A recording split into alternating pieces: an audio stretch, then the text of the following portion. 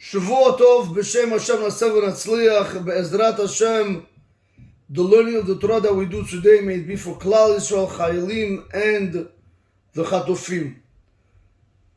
I want to share with you a powerful message. A few weeks before Elul, and I know, I see it in myself, but I know, Rabotai, that there are people that want to be able to do the right thing. They want to be able to serve Hashem.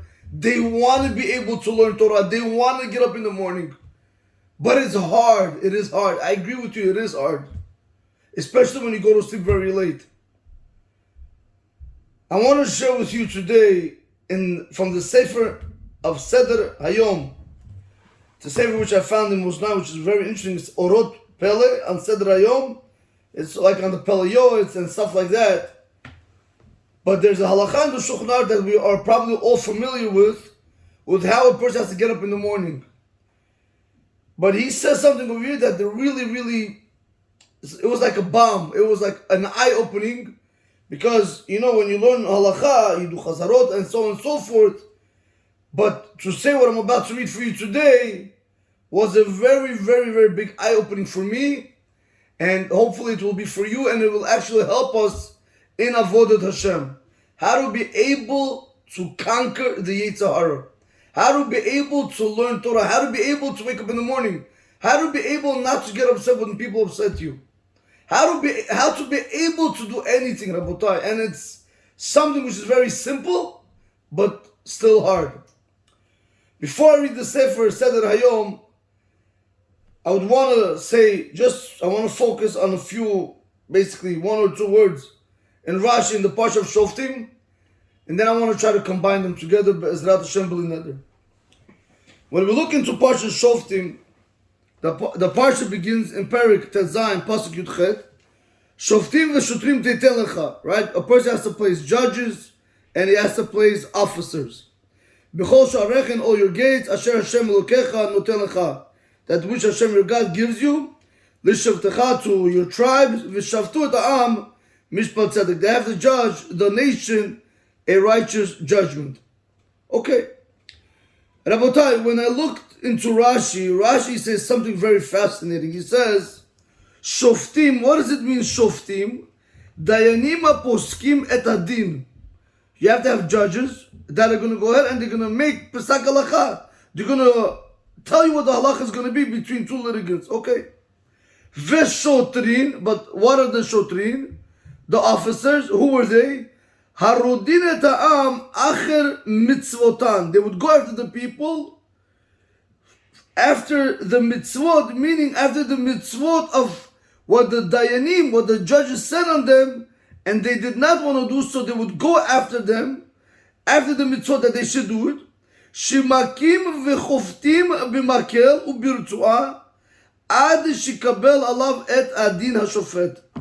These officers, they would hit, they would force with a stick and with a ritu'ah, like with a belt almost type of thing, until they would accept upon themselves the law of what the judges had paskined, what they said is supposed to be.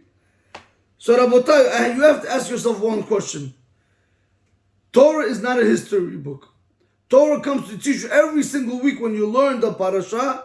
It comes to teach you secrets on how to live your life. I'm not going to go through the whole part. I'm just one or two words right over here. This is it. What does it mean? Shoftim v'shotrim titen lecha. Now you guys probably heard of it. You have to put judges and officers on your eyes, on your nose, on your mouth, on your ears. What you see, what you smell, what you eat, what you hear. I'm not going to get into that. I want to try to maybe give a different understanding. How does this apply to us today? Which by the way, I did see that some bedins, they like courts, Jewish courts, they have the authority. They'll do this. But in general, Rabotai, where do you ever see a case where you have a bedin, like 3 judges, that they're able to enforce anybody to do anything today? If the person does not have Yirut Shamayim, if he's not God-fearing, he could care less what the rabbis are saying. So, how does this speak to me? Rabotai, if you ever know that when the law ever know of this, but if you ever know when people get divorced, I'll be honest with you, people come, they want to get divorced, whatever, you try to keep them together. But you see, it's just not working out.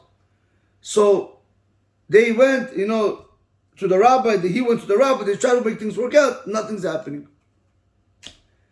Then they come and they say, Rabbi, where do I go?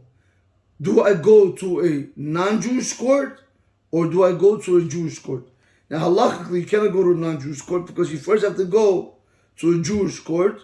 From them, you have to get a paper. If they're not able to do what they're supposed to do, they're going to give you a paper to go to the non-Jewish court. So I usually tell them, go to the Jewish court, which is, even if they go, if the husband doesn't want to listen or the wife doesn't want to listen, they can't really do much. They can give you permission to go to the non-Jewish court, and in the non-Jewish court, they can do whatever they want. They can put lien on your assets, they can take away your money, they can lock you up. There's a lot of things that they can do. With the government, we don't play. With the rabbis, we play. With the government, for some reason, we don't play. So I ask you guys the question. If the parashiyot are coming to teach us something, what does this have to do with us today? The Bedin can really do to you nothing anyway now. You could say as much as we want. We can speak as much as we want from today to tomorrow. If the guy doesn't listen, right, you have a woman comes, she says she wants the husband to pay alimony for the child, a monthly stipend that she has to. If the husband doesn't want to pay, there's nothing the Bedin could really do. We'll tell her, we'll give her permission to go to the non-Jewish court, so over there they're going to be able to take out the money from the husband. But I ask you guys a question. If this is supposed to teach us something, what is it really coming to teach us?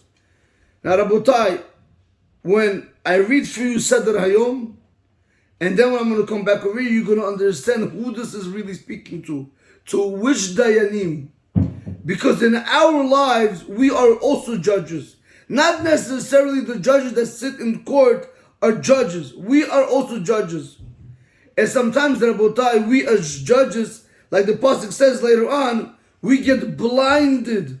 Right? It says, "V'lo tikach shochad, ki ha-shochad yaver enei chachamim, v'salev divrei tzadikim." Do not take bribery, because bribery blinds the eyes of even the wisest people, and it distorts the words of the righteous.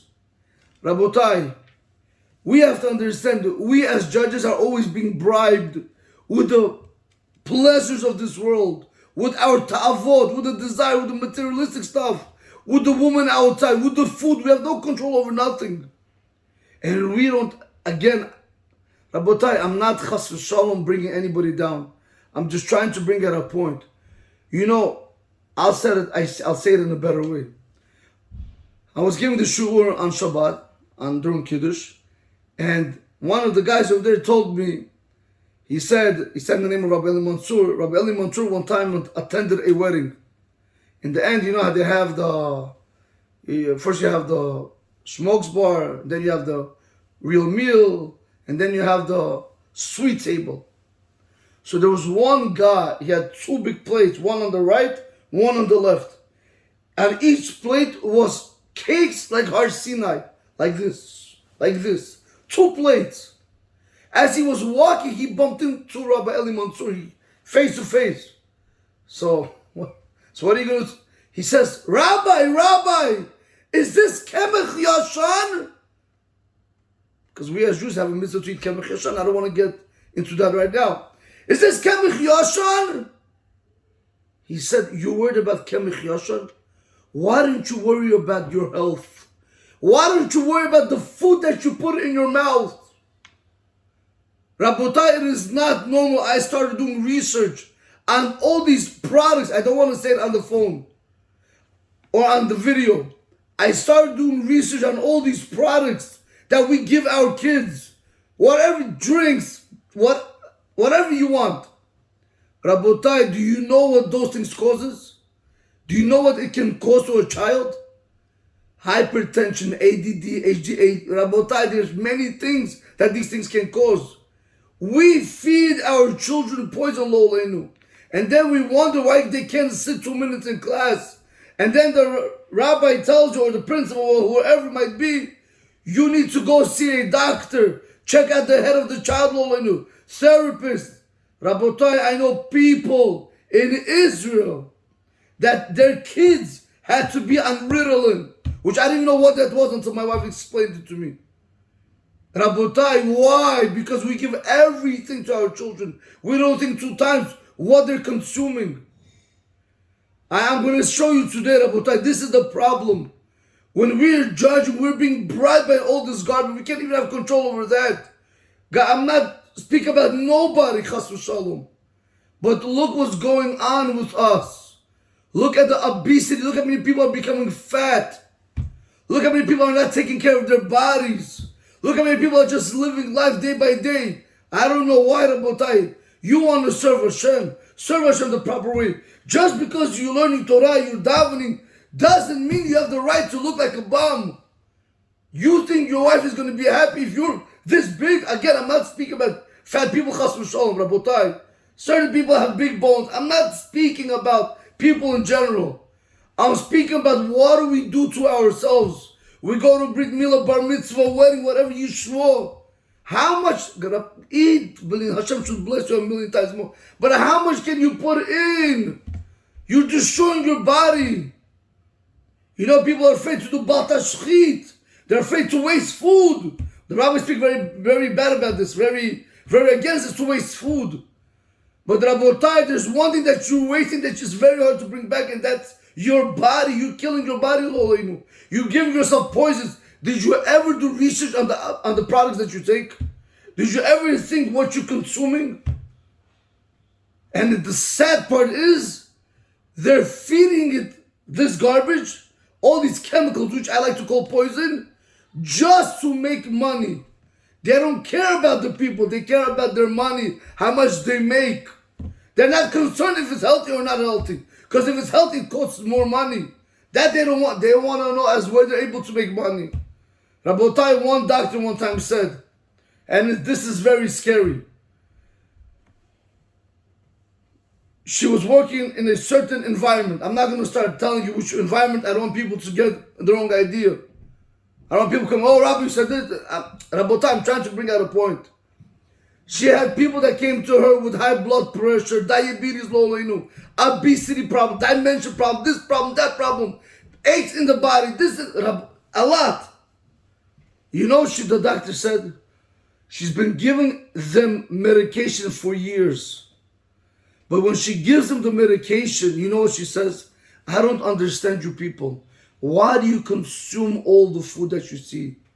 Put a limit to what you eat. How much you eat, what you're eating.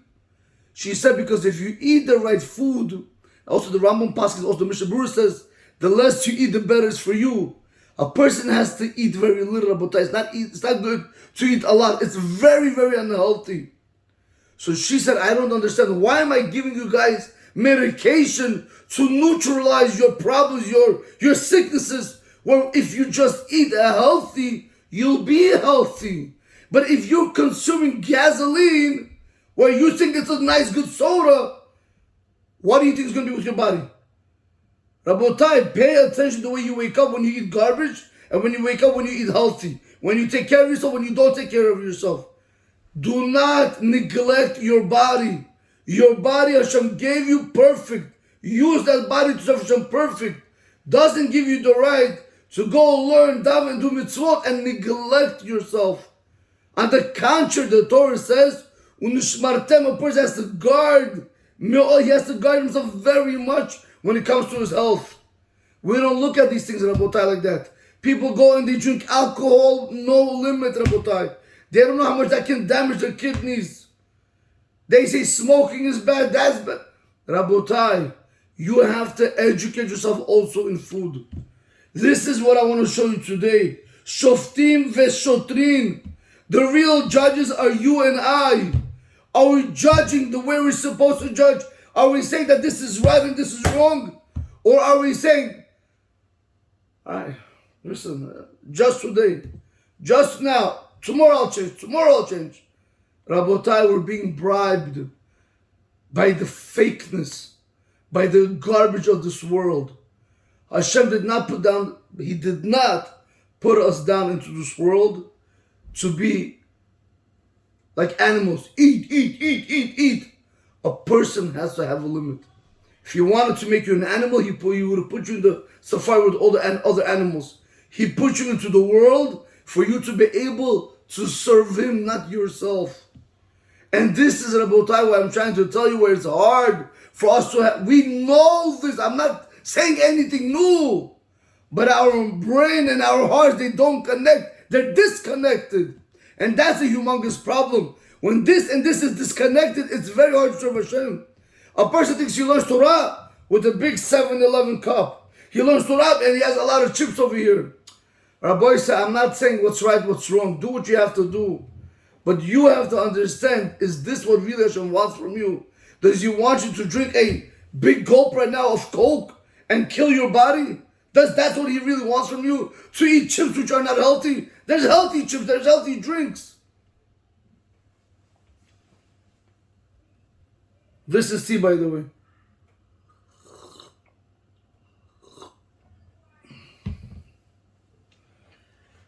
Okay, now let's see this in Sefer Seder Hayom, and then I want to come back over there and bring another.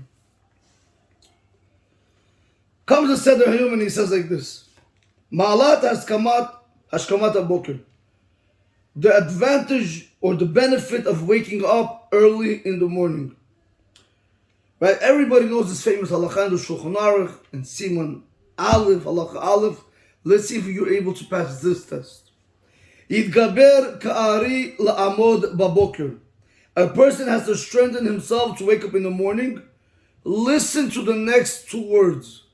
La'avodat bor'o. To serve his creator. Rabotai, you need to wake up like a lion in the morning to serve your creator, to serve Hashem. I ask you today, when you wake up in the morning, are you serving Hashem or are you serving your boss? And don't answer me, you're serving Hashem, because you're not really serving Hashem. What's my raya? What's my proof? I'm not chas v'shalom raining down on nobody's parade. Rabotai, when it comes on a regular Sunday, and you have no work, you wake up the same time, 6 o'clock, or you sleep at 8 and you go 9, 10 o'clock minyan, or 8 o'clock, whatever the minyan might be. Do you daven the same time that you daven on Monday, Tuesday, Wednesday, Thursday, Friday? Do you daven also on Saturday? Do you daven also on Sunday like that? Or do you take it a little bit easy? But Rabotai, I can tell you what the Ramah says. I know, Baruch Hashem, I learned the Shulchan Aruch, not the whole thing, but I learned. I'm not everywhere in Torah, but there's these halachot. There's certain halachot you just have to know. The Ramah says that on Shabbat, a person has to try to postpone his prayer so he can have some on Shabbat. Other Achronim, that's the Ramah, that's Ashkenazi postic. But other Achronim argue on him. They say, especially the Sephardim, if you daven early, you continue davening that same schedule. Whatever you want to do, you can do Rabotai. But that's what the Ramah brings down. Why am I'm just telling you that so people can know. But I'm asking you a question. When a person doesn't wake up Saturday and Sunday at the same time that he wakes up 6 o'clock, let's say, on Monday through Friday, why not? Why not? If you're serving Hashem, you should be excited, just like you were on Monday through Friday, on Saturday and Sunday. You should have that excitement also. It shouldn't be 8 o'clock, 9 o'clock minyanim. It should be the early minyan, whatever minyan you're down throughout the week. But the rabbis say, do you know what people tell me? I come 6 o'clock, or now especially when I was slichot, 5 o'clock, not because I want to. It's because I have to. What does that mean? Because I have to be at work at 7 o'clock. If I'm not at work at 7 o'clock, I have a problem. If I'm not at work at 8 o'clock, I have a problem. So if we wake up late during the day, meaning during the weekdays, we'll get fired. So it comes out of Rabotai, when you wake up in the morning, you are really waking up to serve your boss and not to serve Hashem. Because if it would have been Hashem's service, if it would have been Avodat Hashem, you would wake up every day the same time. Unless, Rabotai, you learn in Torah till 1, 2 in the morning, that's a different story. I'm not even getting into halachic parameters over there. There's different halachot. I'm speaking about normal, average person that goes to sleep 10 o'clock, 9 o'clock, whatever it might be, doesn't learn, and you're asking this question, why on Saturday, Sunday you wake up late when you could wake up early? He tells me clearly, because I have to work. I do it only because I have to work. So Rabotai, that's a very big problem. We need to wake up in the morning like a lion to serve Hashem and no other person. Not our boss. And the reality is just the opposite. Not by everybody, but you have exceptions to the rules. Comes the Shulchan Aruch, and the Shulchan Aruch says, Sheyehu me'orer hashachar. Nice. He says, you should be waking up the dawn. According to the Shulchan Aruch, he don't care if it's Monday or Sunday or Yom Kippur or Rosh Hashanah. Sukkot, it doesn't matter. According to the Shulchan Aruch, you have to wake up every single day like a lion to serve Hashem. But there's a twist, Rabotai. Don't wake up like a lion to serve Hashem when you want. You have to do like the Shulchan Aruch wants. That's when? Before dawn. Before even the first rays of light, when it's still dark outside. Rabotai, you know what that is? Excuse me guys, let me see if I can get it. Alot HaShachar today is a Sunday, September 8th, the 5th of Elul, 2024, 5784. Rabotai, Alot HaShachar today was 5:12. That means you have to be up by 5:11. 5:10 or 5:11, what 5:11 in 30 seconds, your eyes have to open. You have to be able to wake up dawn, and not dawn has to wake you up. And then you have nets, that's 6:29. Okay. But Rabotai, we see something will be very fascinating.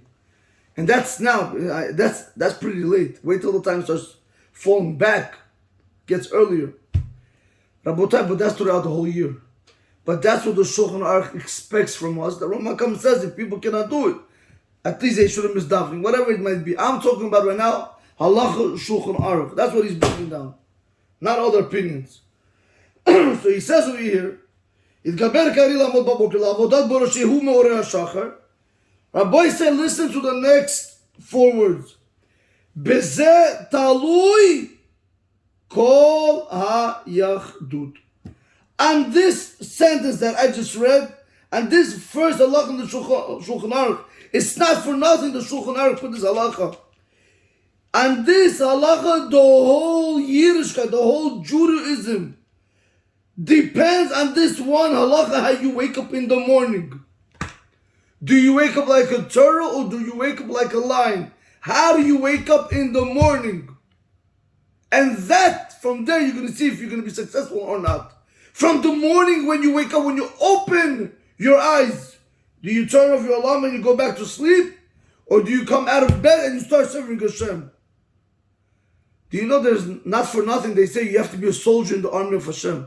You ever see the way soldiers sleep? They sleep with their rifles on them and they hold the rifles so nobody should steal it from them. With one eye open, one eye closed. That's how a person has to serve Hashem. He has to hold the Torah and mitzvot with both hands even when he's going to sleep. Not to be careless, because that's when the Yitzhar catches us.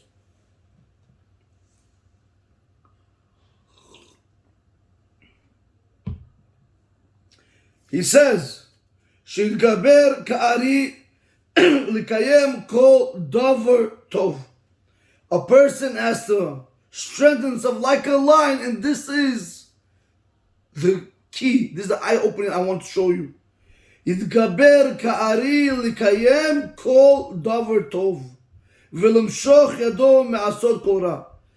He's telling you a person has to strengthen himself like a lion when it comes to doing anything good.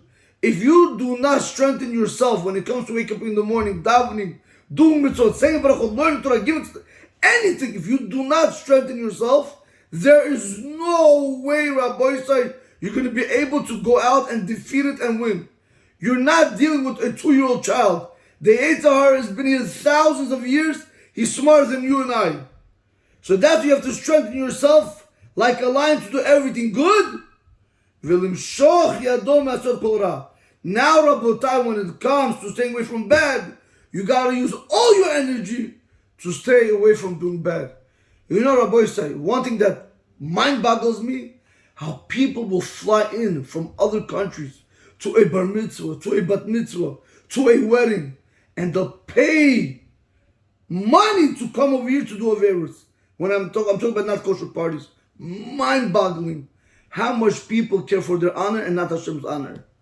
How can you come out of your way from another state, another country, from God knows where, to pay money for the plane, to pay money for the airport, not the airport, the hotel, to pay money for the food that you're going to eat while you're there, and to give them money? I'm not telling you not to do it. Do it if it's a kosher party. But Rabotai, if it's a not kosher party, what sign are you showing your children?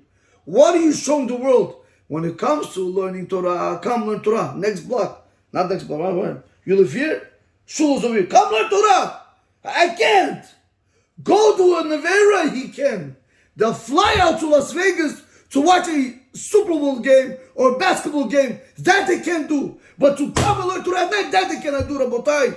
This is what the halakha is telling you. Because they're not fighting with all their strength. They're like sheep. You ever see sheep?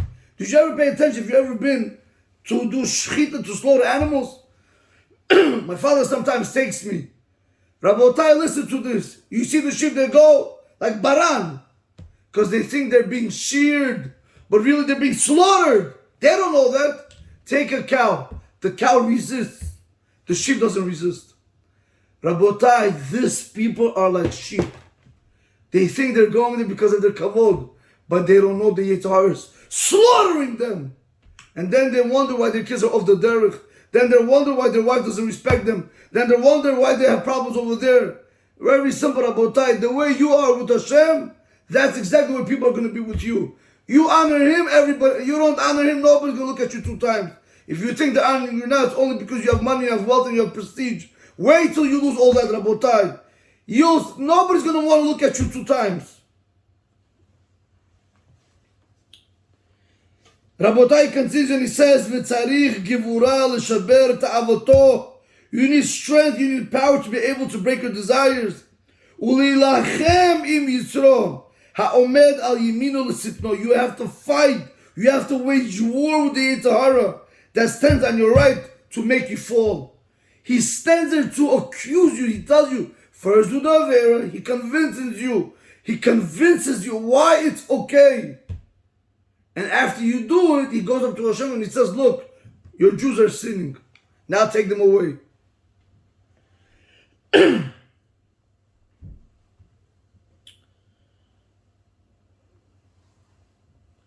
He continues and he says like this. Since from the beginning of the day, if the Yetzirah took over you, if a person didn't get up right away from the sleep, he went back to sleep, he put snooze.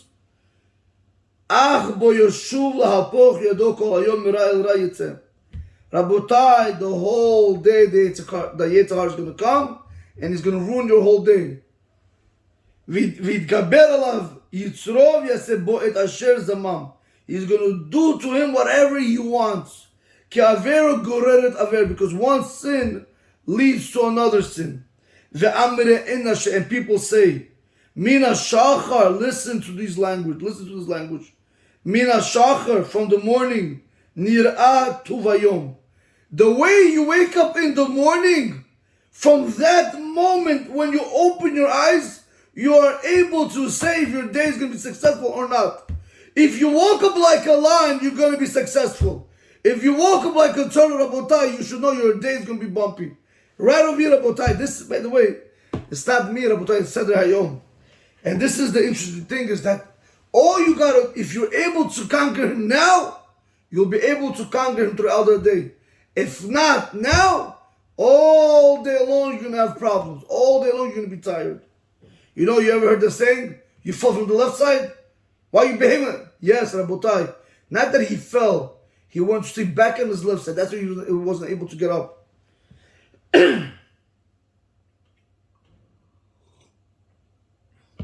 Continues and he says, Hine kichen ha'isha chavetz chaim b'tachbulot yaseh melchama. A person wants life. He has to create plots. He has to envision a plan. When you go out to war, you have a plan. You have to have a vision. What you're going to do, what your goals are, and so on and so forth. and you have to go out to do war, you can't go to sleep at night, okay? I'll wake up to, no, Rabotai. You gotta go to sleep like a soldier goes to sleep. I'm going to sleep, by the way, it's Halakha Shulchan Aruch, Siman Aleph, Halakha Aleph, the Ramah brings it down. You go to sleep, you have to know you're in front of Hashem, you're before Hashem. And you have to program in your mind, I gotta wake up tomorrow to serve you, Hashem. I don't want to sleep, Hashem. I want to serve you. But if I have to sleep just to serve you, make sure tomorrow morning I wake up like a lion.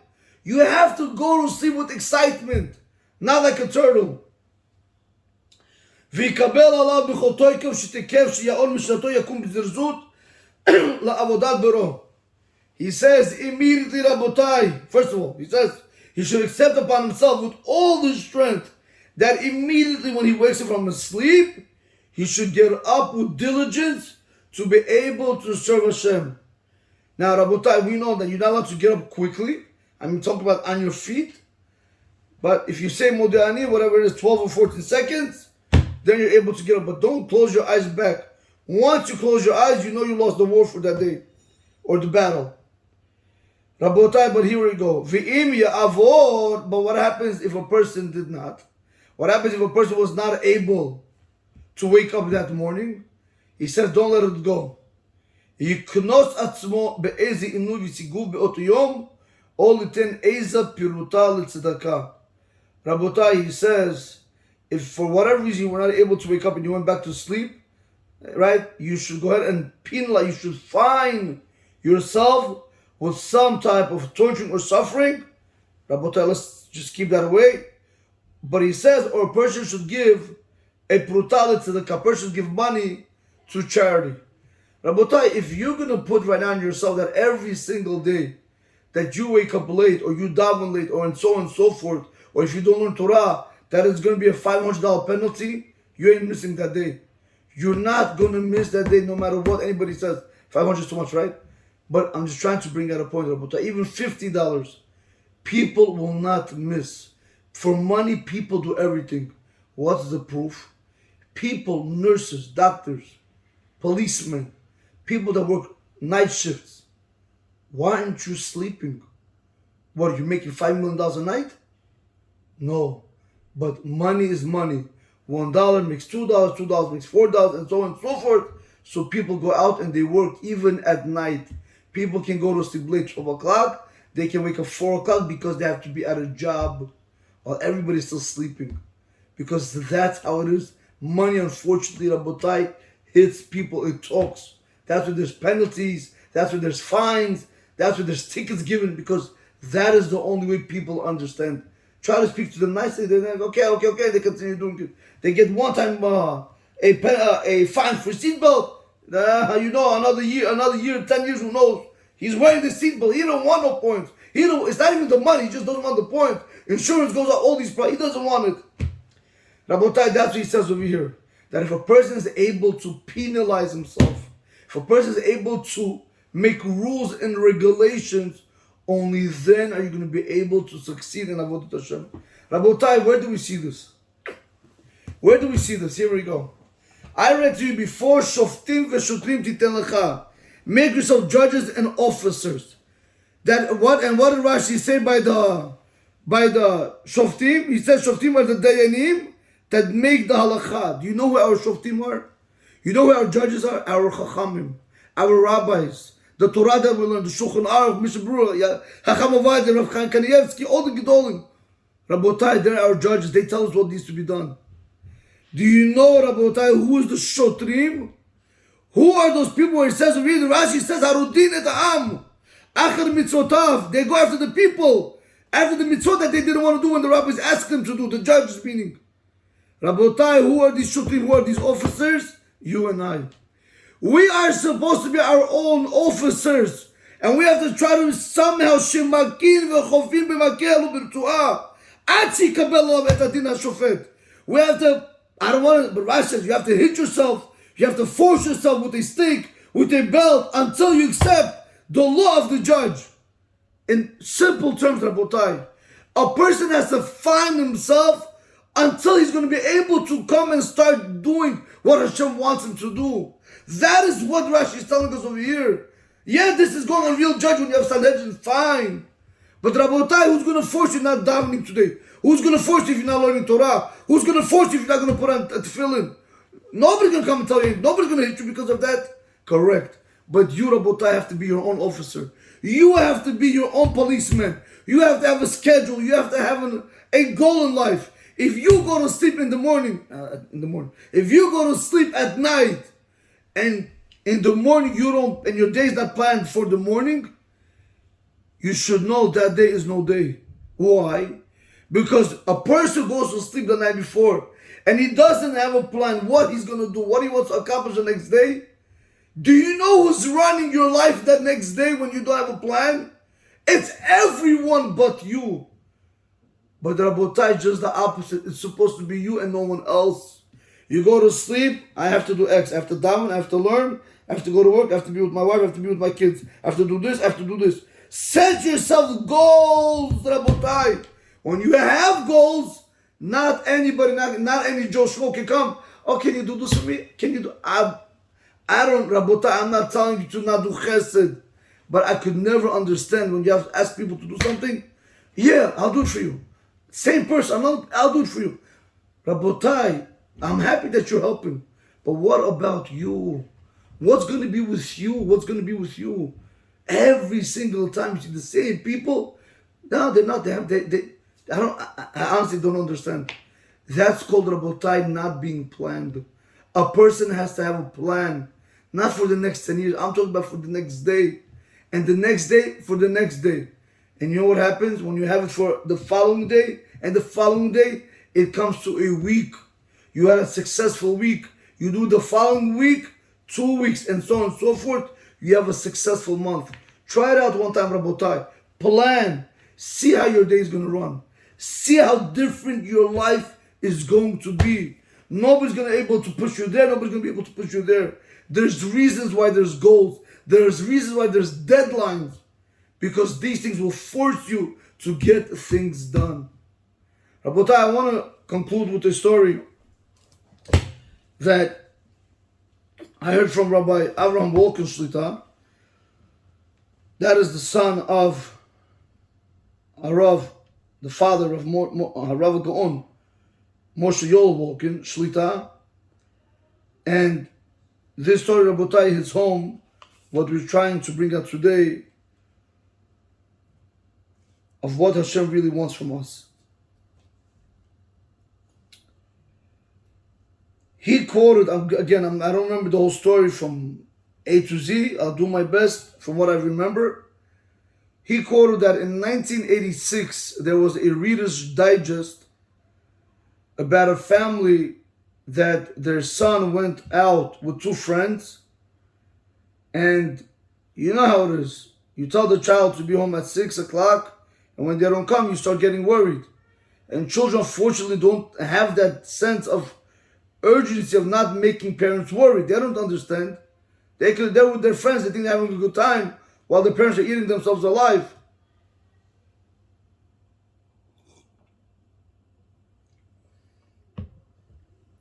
So, 6 o'clock passes, the mother starts to worry. The father says, don't worry, he's probably on his way. 7 o'clock, 8 o'clock, 9 o'clock. They're saying this can't be, he never does like this. 10 o'clock, 11 o'clock, now they're really getting worried. Rabotai, at 11:30, something around there, they get a phone call. On the other line, parents, lo leinu v'lo lechem, Rabotai, and nobody. Parents' worst nightmare. On the other line, it is the police. The police say, we can't say anything over the phone right now. Your son and his friends were in a horrible, terrible car accident. 2 of his friends that were sitting in the front died immediately on the spot. Your son was in a severe car accident, also meaning with them. But since he was in the back, he survived. But still there's some complications. You need to get over to the hospital. We can speak to you in the hospital. Parents, Lolin, Rabotai, nobody should ever know this. This will eat a person alive. They get down, Rabotai, they tell them the hospital they're going to go to. They get down 45 minutes, an hour, something like that. They get down to the hospital. Before they try to even allow them to see their son, they come to the doctor, sees them, And he says, before I allow you to see your son, you need to understand that the hit that he got on his head, he has a very, very big swelling that started, and there's no way we're going to be able to stop this. We have to operate on it and so on and so forth. But he says, if the swelling does not go away in the next 24 hours, it's bad news because he's not going to be able to get up. He's going to be in a coma for the rest of his life. Rabotai, the parents did not leave the hospital. They were there. They looked at the son. The mother's crying. The father's crying. The brother's crying. Rabotai, Lolin, nobody should have known this. It was heartbreaking. 16, 17-year-old boy, I think it was. Rabotai, 24 hours later, the parents get the phone call from the doctor, where he comes out to them and he says to them like this. He tells them their name and he says, we are very, very sorry. Your son's swelling did not go down. It just became worse. There is only one option that you guys have, and that is to pull the plug on your own son. The parents said, we're not making any decisions now. The doctor said, I understand. Please take some time. You have, whenever you guys are ready, you don't want to pull the plug, you don't have to. But whenever you guys are ready, please come back to us and we'll handle the situation. Rabotai, the parents go home. The first week, it's like Lolin and Tisha B'Av, like somebody really Lolin who died, like Shimon for them, Chas v'Shalom. The second week, it even becomes worse. The third week, the mother doesn't want to even do anything. She stopped going to work. She doesn't want to really eat a lot. The father stopped going to work also. They stay all day inside the house. Now they're becoming more depressed and more depressed. Second month, third month, they start fighting with each other. It's because of you. You let him go. They start going back and forth. It was getting very, very much out of hand. And now the father and the husband and the wife, they decided to get divorced because they couldn't continue living like this, to see what happened to their child, where they could have prevented it, or at least they think they could have prevented it. Rabotai, his other children, the siblings of the boy who was in the coma, they saw what was going on from the outside. They saw they're not paying their mortgage, they're not paying their car, because they didn't go to work, they didn't want to do nothing. All day at home in depression. So the older children said, Abba, Ima, please give us the right to make that decision whether we should pull the plug on their brother or not. Because you two are not in the right state of mind. You guys are going to destroy the whole family. They thought about it 2-3 days. They said, you know something? You're right. We'll hand it over. We'll let you kids make the decision. So the brothers and the sisters sat together and they said, what would our brother want right now? Would he want this chaos? Would he want our Abba and Ima always fighting? What would he want? So if we pull the plug, it'll make it much easier. I'm not speaking about halach if you're allowed to or not. I'm telling you what happened in the story. If we pull the plug, it'll make everything normal. The parents are going to forget. They're going to start moving on with their life.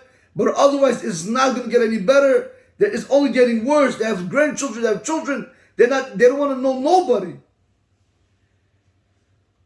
So Rabotai, the brothers and the sisters, they have decided that they're going to pull the plug.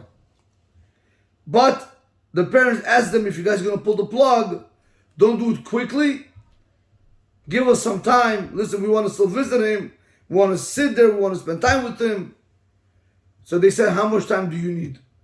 They said, give us another 3 months. He said, but in 3 months, you guys are going to go nuts.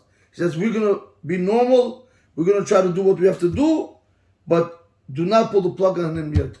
They make a day, the day and the time, what time they're going to pull the plug. It was 9 o'clock p.m. Rabotai, for the next 3 months, the mother, the first half of the day, the mother goes, always crying by the bedside of the son, always crying, always crying, always crying. The father, he just already gave up on the whole situation. He would come as if he's playing chess or checkers with the son or cards. And he would watch TV and he would tell his son, look at the basketball game, look at the football game, like as if nothing happened. Every single day this continued like this for 3 months. The mother cries, the father just accepted the situation and tried to make the most out of it.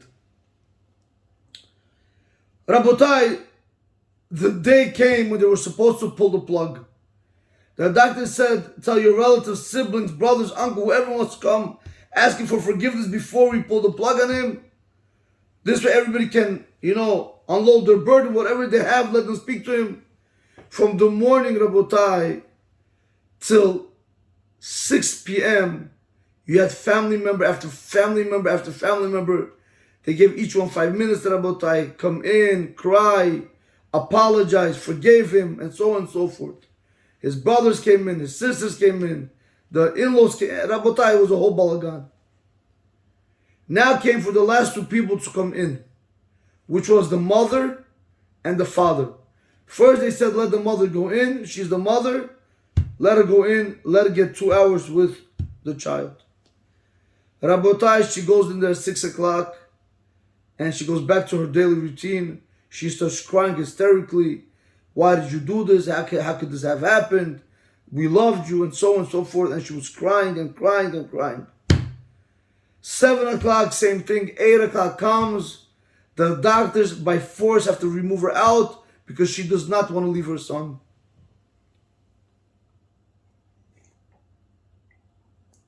Now comes the turn of the father. The father knows he has exactly 1 hour to be with the son. He comes in, he watches TV, plays cards, speaks to him as if not, again, same routine as if nothing ever happened. The doctors see this and they say, sir, I think we're going to have to take you out from the room. We need to prepare the room for the other doctors that are going to prepare the paramedics. They're going to put them in a black bag.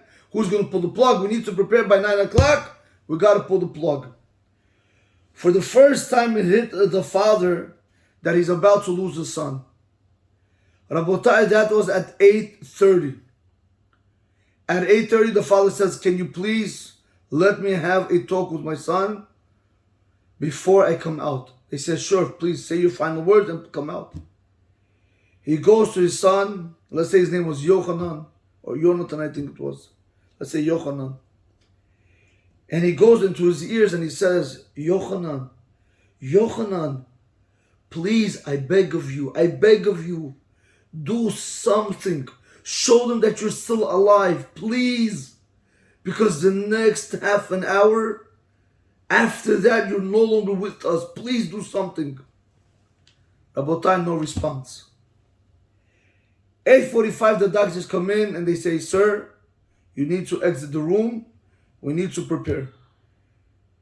He sees the people coming in, the people that are going to take the Chevra Kadisha and so on, and the person who's going to pull the plug, who's going to write what time he died, lo aleinu, Rabotai.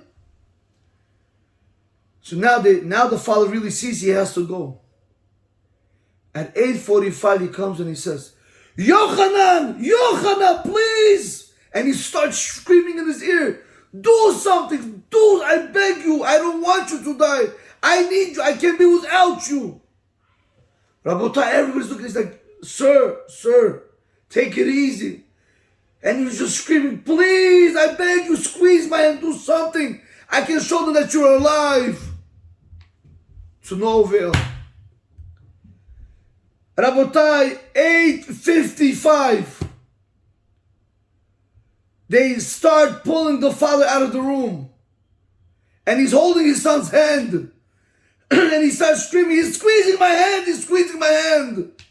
The doctors say he's delusional. Because they have the heart rate, it's all dead. It's a straight line. They say, sir, you have to come out. He didn't come out, Rabotai, he didn't come out. He went back to his son and he starts screaming. He says, Yochanan, show me a pulse. Show me something, Yochanan. You will have 5 minutes, you're going to die. Do something, Yochanan, I don't want to lose you. Rabotai, nothing. 8:59, nothing. Rabotai, the doctors are ready. There's a doctor over there waiting to pull the plug by 9 o'clock. How the brothers signed off and the sisters. He goes one more time, Rabotai. He says, Yochanan, I beg you, get me a pulse. Rabotai, 8:59 and 30 seconds.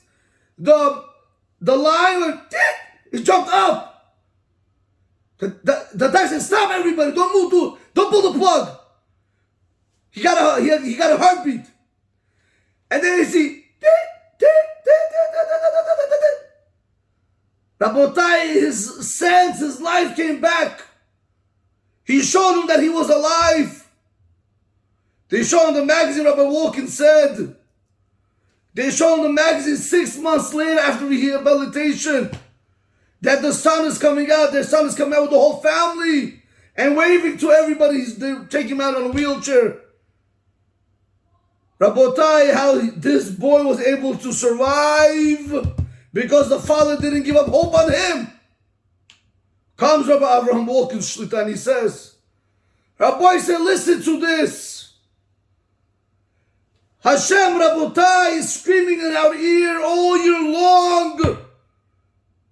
My children, please show me a pulse. Show me a pulse you want to do. You want to be with me. All year round, Rabotai, we're sleeping. We're in a spiritual coma. We're in this materialistic world. We don't know, Rabotai. We're living a life of sheker. Rabotai, Hashem all year long is screaming. Comes Elul. Hashem comes down here now and he says, this is your last chance. You want a good year? Show me your pulse. Do something so I can give you another good year. I can give you another 100 years. But do something.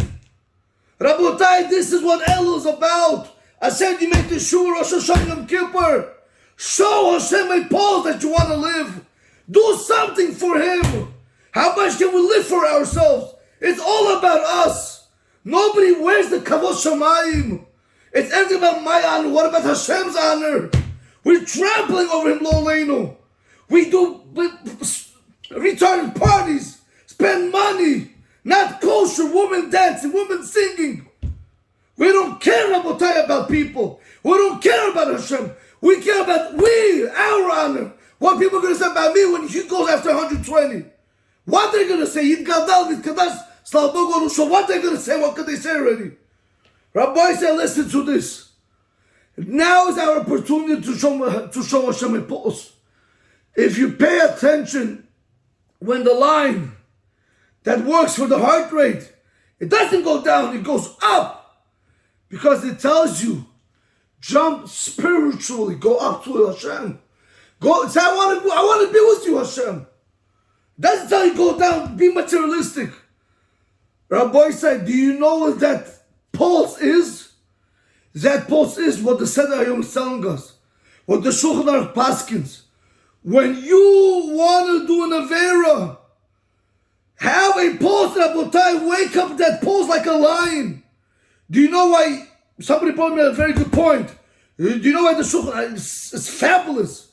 Do you know a lion doesn't work on instincts? He doesn't think, he just does it. Rabotai, when it comes to do Avera, don't sit there and go, Rabotai, be like a lion to stay away from it. Stay strong. Stay away from the Averas. And don't think when it comes to doing mitzvot, jump on the mitzvot. Jump on the opportunity. Show Hashem that pulse, Rabotai. Enough living in the spiritual coma. Believe me, everything that we see today is all in facade, whatever they call it. People live 364 days, Purim. I'm telling you, Rabotai, Purim. The stories that come to my ears. How people attend beaches. Beaches, Rabotai, religious people. How do you go to a beach where you have women walking in bikinis, Rabotai? How is that possible? How do you go to a party where you have women dancing? Where's your face? Or maybe you have no face. Or maybe it's about your honor and not about Hashem's honor. And this is the problem, Rabotai, with us today. When you come on Rosh Hashanah, Yom Kippur, you're going to say, Zuchreinu l'chaim, remember me for life. Why should Hashem give us life? Rabotai, you want Hashem to give you life? There's only one way He's going to give you life. That's only if you're going to go in the ways of Torah. If you're going to show a pulse when it comes to learning, when it comes to davening, you're going to have that excitement of doing it. You're going to have that strength in doing it. But when it comes to Avera, you're going to use that same strength to stay away from it, Rabotai. You have to be able to say no. If you can say no now, What's going to be with our children? How you want them to say no tomorrow? Rabbi says, show Hashem that pulse so I can give you another 100 good years. And do not live in a spiritual coma. Don't listen to people that bring you down. Rav Moshe Chaim Igal says, anybody who makes you go against Hashem, they're your enemy. It's better to die than to have friends like him. Rabotai, if a person has a Talmid Chacham or a friend that brings you closer to Hashem, stick to him like honey to bee. Do not ever let them go out of your eyesight, because these people are going to make you inherit Olam Haba and Olam Hazeh. Those people, the people that go against Hashem, Rabotai, they're going to make you inherit Olam Hazeh and Gehenom, Rabotai. Think what you're doing. Don't be blind. They call you somewhere, they ask you to do something. Ask a rabbi, is it mutar or asur? Can I do it? Can I not do it? Is it good? Is it not good? What's this, Rabotai? What is going on? What is going on with us, the Jewish people? We had Rabbi Alishai, I forgot the senior, the father. He said, I remember 20, 30 years ago in Russia, people said that in America there's 6 million Jews. He said, I come back. Now, 6 million Jews. He made a whole calculation. I mean, people came out from Russia. I mean, people came out from there and there and there. He said, I don't understand. If that's how many people came out, you should have 30 million Jews. Where is the rest of us? Where is it? We're all assimilated. We're assimilated amongst the Goyim. We got married to Goyim. Our children are Goyim. Rabbi say, use your mind, use your mazgi. Hashem gave you mazgi, use it. Stop everything for a second. Ask yourself, am I doing what Hashem wants, or am I doing what I want? If your answer is doing what you want, you have a very big problem. You know, they take people to doctors when they have sicknesses. Take yourself to a rabbi. Ask me, how can I better myself? Rabotai, do not, I repeat, do not allow another Elul to go by without doing serious teshuvah. You know, I'm not going to say this, Rabotai, I'm not raining down on anybody's parade. I see people come to shul. Slichot, slichot. What you doing? What you pumping? What are you doing? You know what I told somebody today? I exempted from doing slichot. He says, why, Rabbi? Why? Yeah, you do slichot. You're gonna stop watching garbage on the phone. On the phone. You're gonna stop watching TV. You're gonna stop going to the beaches. You're gonna start learning Torah. No. So why are you doing slichot? Why are you doing slichot? The whole point of slichot is to do teshuvah. The Rambam Paskes, the person goes to the mikvah, shams biyado. He has a rat in his hand. He goes, it comes out. He's tameh. I felt good at this slichot. Rabotai, slichot is about change. Slichot is not about feeling good. Oh, I woke up. Rabotai, you can wake up any other time. You can wake up 9, 10 o'clock for all I care. It's about change. Rabbi said, the whole reason you do slichot is because you curse, you steal, you look at other women, you go to beaches, to parties, you don't learn Torah, you do Zerah Levatala, you berachot al kavanot, nothing, Rabotai, if I just, nothing. You do slichot and you continue. You continue back in the same way. Rabotai, show Hashem a pulse. Show him that pulse that you don't want to do these things, that you don't want to be in the spiritual coma. And only then, Rabotai, even without the slichot, it's better to change than to attend the slichot. But I'm not afraid to say it. It is better to change 360 degrees and not to attend one slichot than to go to slichot like it became a show. It became, you know, Chatanu lefanecha rachem aleinu. That's something funny to you.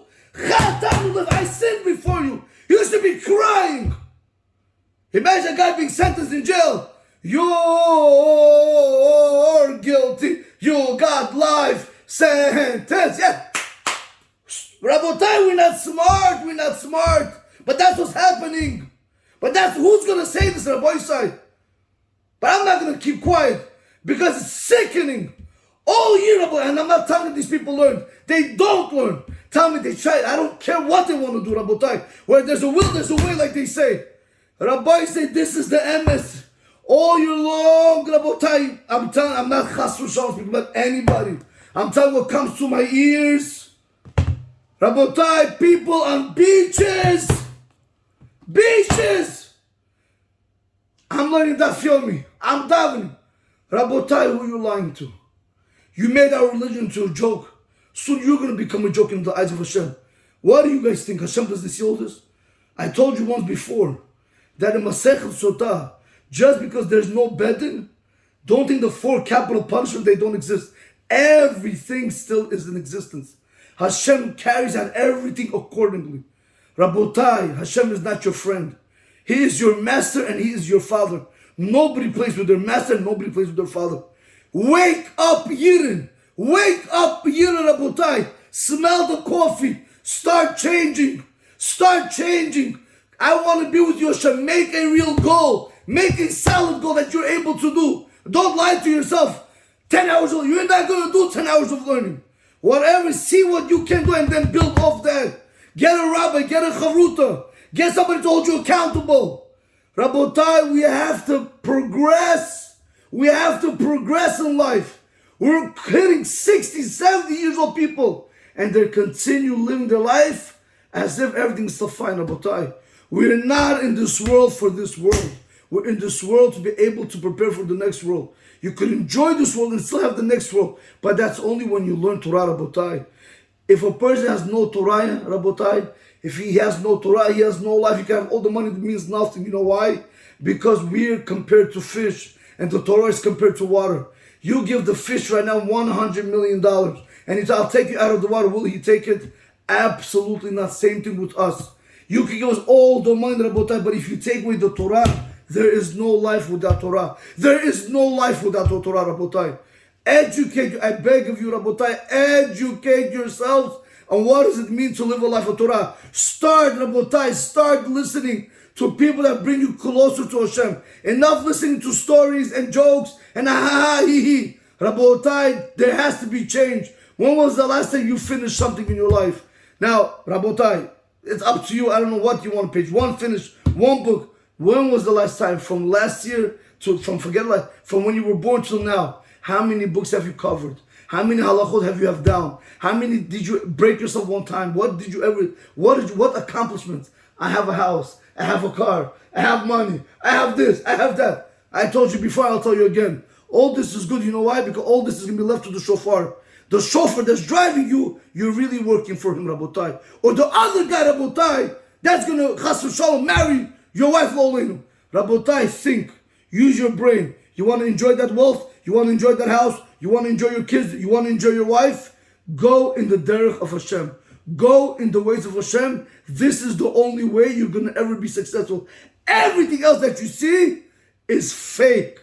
Rabotai, it's fake. There's nothing there. It's not even, I would love to say what, it's like air, hot air. You take a stick, you try to collect you take a shovel and try to collect the air into the bag, you ain't collecting nothing. That's what's really out there. A big zero, a big nothing. Everything is inside the Torah. Baruch Adonai Olam, Amen, V'Amen.